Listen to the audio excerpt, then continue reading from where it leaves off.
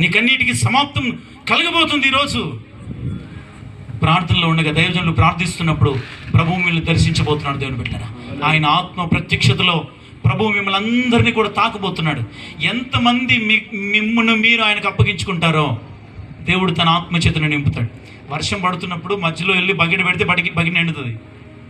మీ భాషలో మాట్లాడుతున్నా నేను. వర్షం పడేటప్పుడు బకెట్ తీసుకెళ్ళి పెడితే దాన్ని బోర్లో పెట్టామనుకో నిండుతుందా? ఒక పక్కన ఆరాధన జరుగుతుంది, ఒక పక్కన ఆత్మవర్షం కురిపిస్తూ ఉంటే నువ్వు రకంగా ఉంటే నీ హృదయాన్ని తెరవాలి. ఆయనకు నీవు అప్పగించుకోవాలి, సమర్పించుకోవాలి.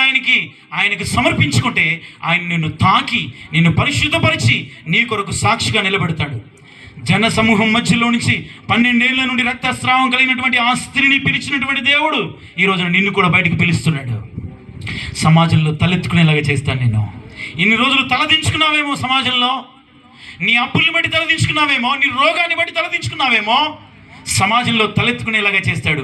నీ శత్రువు యొక్క దవడ పళ్ళు విరగొడతాడు ఆయన. హల్లెలూయా, హల్లెలూయా. నీ శత్రువులందరినీ కూడా నీ దగ్గరికి నడిపిస్తాడు, నీ కాళ్ళ దగ్గరికి. వారిని మారుస్తాడు, వారందరినీ మారుస్తాడు. ఈ రోజున ప్రవచన రీతిగా ప్రభు మీ అందరితో మాట్లాడుతున్నాడు. దేవుని బిడ్డలారా, వచ్చిన నీవు ఒట్టిగా వెళ్ళడానికి లేదు, ఆశీర్వదించబడి స్థలంలోంచి వెళ్ళాలి. ఎందుకంటే ఆయన పేరు పెట్టుకున్న పిల్లలం మనం.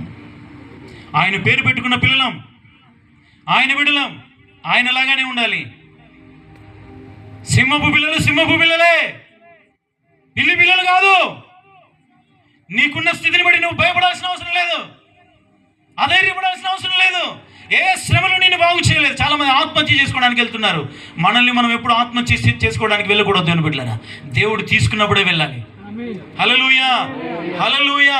ఒకవేళ అటువంటి తలంపుతో వస్తే మానుకోవాలి. దేవుని బిడ్డలారా, మనం పిరికి వారం కాదు, మన దేవుడు కొదమ సింహం అయి ఉన్నాడు. ఆమేన్. అప్పుడు దేవుని బిడ్డలారా, మన దేవుడు ఇశ్రాయేలులందరినీ పోషించడానికి ఆకాశం